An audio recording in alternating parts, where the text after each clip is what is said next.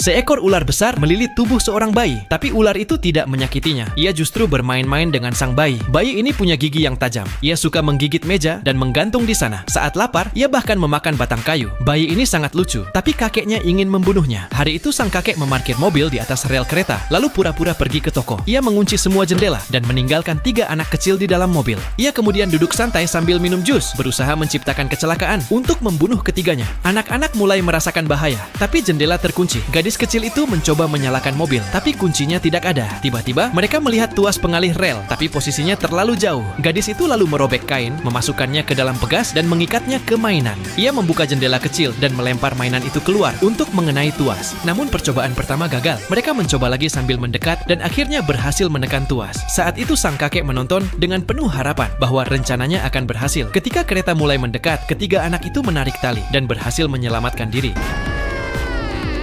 Bayi itu tersenyum. Kakek mereka tak percaya dengan apa yang ia lihat. Tepat saat itu, polisi tiba. Dengan enggan si kakek membuka jendela. Ketiga anak itu melaporkannya. Tapi polisi mengira itu hanya lelucon. Detik berikutnya, wajah jahat sang kakek muncul lagi. Keesokan harinya, ia mengurung sang bayi di rumah es. Bayi berusaha kabur dengan merangkak di tanah bersalju. Tak lama, kakek melihat ember es kosong. Ia berdiri di depan bayi itu sambil marah-marah dan menyuruhnya menyiapkan sarapan. Bayi itu lalu membawa ember dan mencari makanan. Seorang pria baik hati memberinya pakaian dan handuk. Bayi itu segera mengeringkan tubuhnya. Lalu pria itu memecahkan es dan menangkap seekor salmon. Bayi itu memeluk salmon itu dengan bahagia. Ia juga menemukan sekotak jus jeruk dan menggigitnya dengan giginya. Jus itu menetes ke cangkir. Sarapan pun siap. Tapi ketika kakek melihat sarapan itu, ia sangat marah. Ia bahkan membanting makanan itu ke tanah karena ingin sarapan panas. Lalu kakek memberikan rokok pada bayi dan menyuruhnya menyalakan. Tapi bayi itu diam saja. Asap hijau mengepul ke langit. Ketika kakak laki-laki dan perempuan sang bayi melihat asap itu, mereka tahu adik mereka dalam bahaya dan memutuskan menyelamatkannya. Mereka memanjat air terjun es dan menemukan si bayi dikurung dalam kandang. Mereka pun berhasil menyelamatkannya. Bayi itu lalu menemukan mobil salju dan mereka pun kabur bersama.